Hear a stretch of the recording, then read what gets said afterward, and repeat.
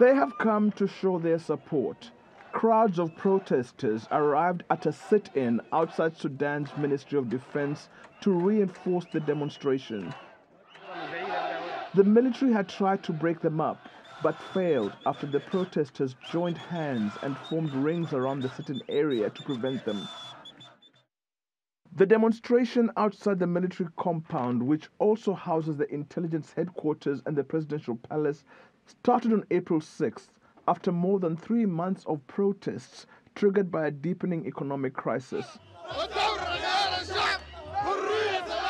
The protests culminated in a coup last week, which saw President Omar al-Bashir ousted after nearly 30 years in power.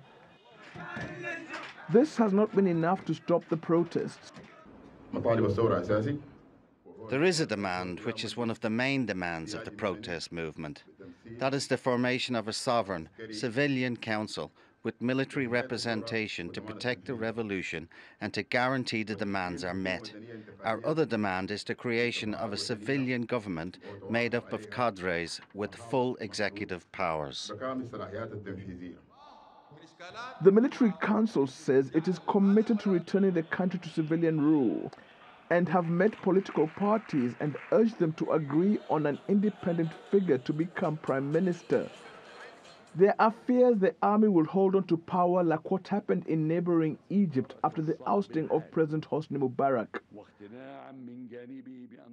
They wanted to get Mubarak out, and the head of the army actually effectively pushed him out because the security was getting out of hand. So the Sudanese people are saying it's either victory or Egypt. They want to avoid that situation where the military exploits the turmoil and makes promises like elections, but at the end of the day, they're still calling the shots. Others say that even if the military gives in to all of the protester demands, the country will still be in crisis. The challenges are big.